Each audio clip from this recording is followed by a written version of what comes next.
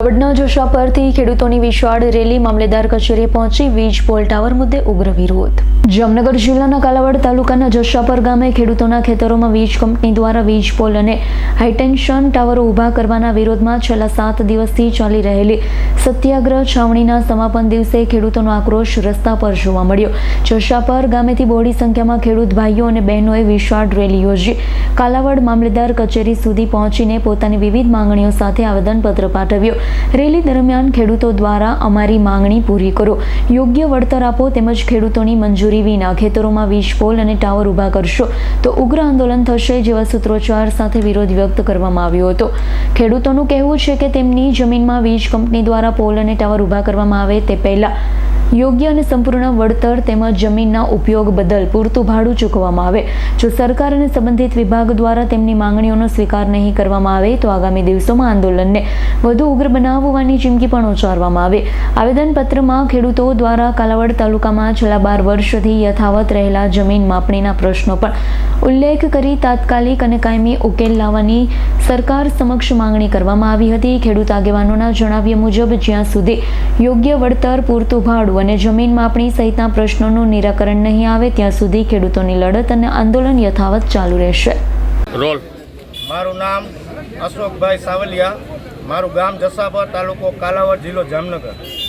આ કાલાવડ તાલુકાના જસાપર ગામે જે ખેડૂત છાવણી આજ 8 દિવસથી આ ચાલુ છે, એ છાવણીનો આજે અંતિમ દિવસ હતો અને છેલ્લા દિવસે આજ અમે કાલાવડ તાલુકા મામલતદાર કચેરીએ મામલતદારશ્રીને આવેદનપત્ર આપ્યું છે। ખેડૂતો વતી આવેદનપત્રમાં અમે આપ્યું છે કે સરકારના નવા પરિપત્ર મુજબ ખેતી લાયક જમીનને વાણિજ્ય જમીન ગણીને બજાર કિંમત આપશે કે કેમ તેની કોઈ સ્પષ્ટતા પરિપત્રમાં કરેલ નથી। બીજું કે ત્રણ વેલ્યુઅર દ્વારા બજાર કિંમત નક્કી કરવામાં સૌથી નીચી કિંમત ધ્યાને લેવાની વાત સેન્ટ્રલ ટેલિગ્રાફ એક્ટ 1885ની કલમ 10D સંપૂર્ણ નુકસાનીનું વળતર ચૂકવવાની જોગવાઈનું સીધું ઉલ્લંઘન હોવાનું જણાવાયું આ નવા પરિપત્રમાં।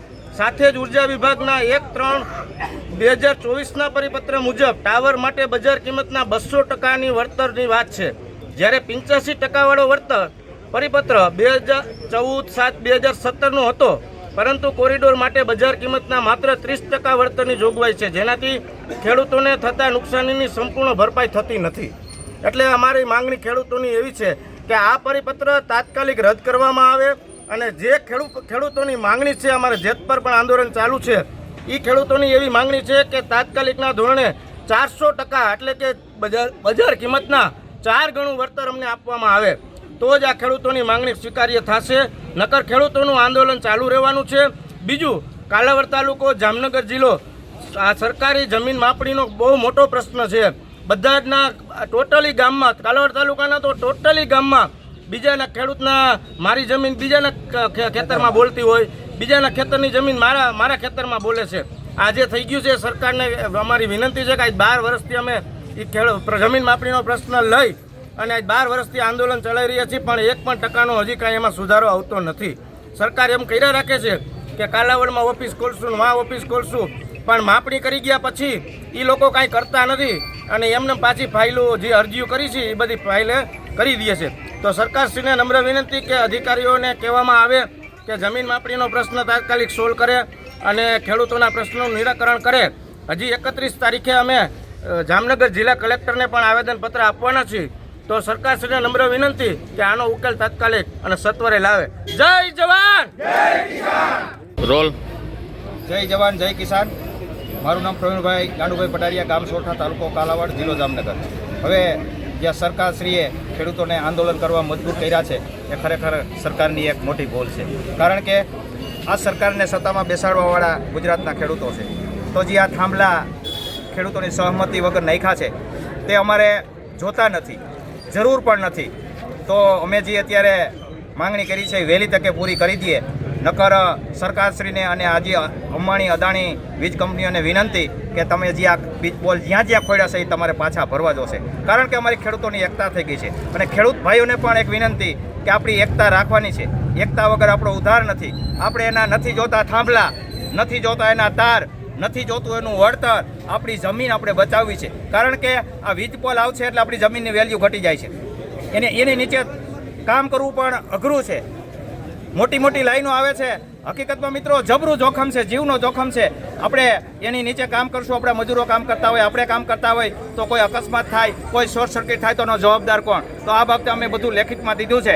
હકીકતમાં આ બાબતે વીમો પણ હોવો જોઈએ. અમારી ખેતીની જમીન એને મફતના ભાવે પડાવી લેવાના છે.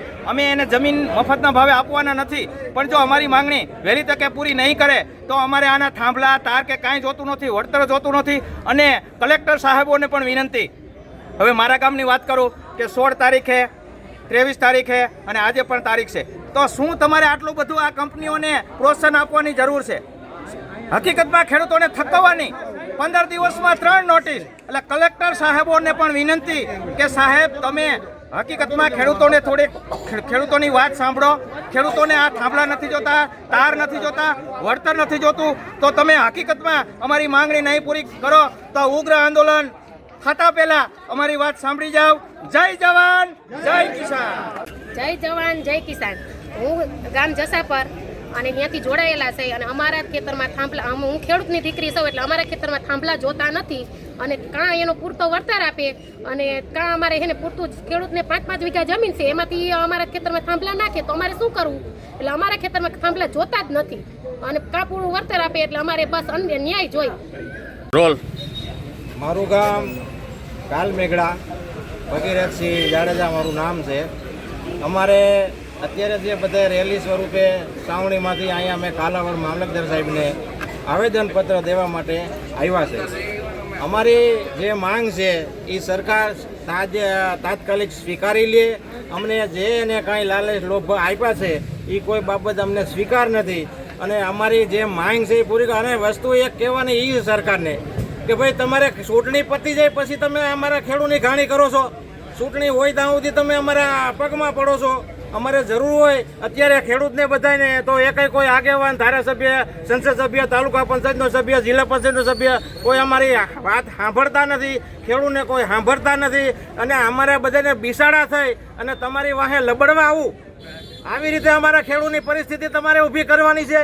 અમે તમને મત આપ્યા છે, થોબલે થોબલે મત આપ્યા છે બધાએ, અને અમારા ખેડૂતની તાત્કાલિક જેમ બને બધા ખેડૂત વતી હું એવી આગ્રહ કરું છું સરકારશ્રીને કે અમારી માંગ પૂરી કરે. ભારત માતા કી જય. હર્ષલ ખંદેડિયાનો રિપોર્ટ, S9 ન્યૂઝ, જામનગર. અમારી તમામ માહિતીથી અપડેટ રહેવા માટે જોડાયેલા રહો S9 ન્યૂઝ સાથે.